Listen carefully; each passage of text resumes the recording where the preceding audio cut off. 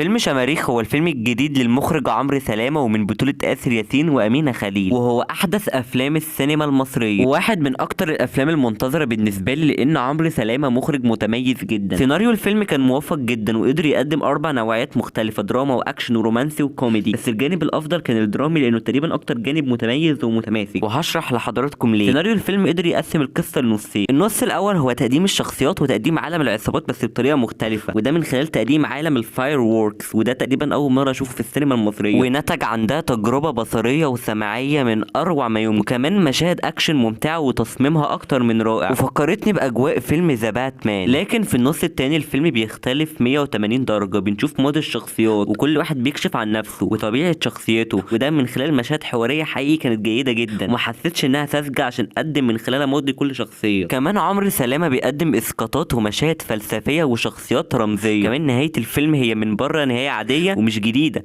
لكن هتلاقي نفسك بتفكر فيها كتير. بس الصراحة التلت الأخير كان فيه بعض التكرار في المشاهد وبعض الحاجات اللي ما كانتش جديدة، ويمكن المعركة الأخيرة كان فيها تقطيع كتير وده بسببه خلى ملامحها تضيع.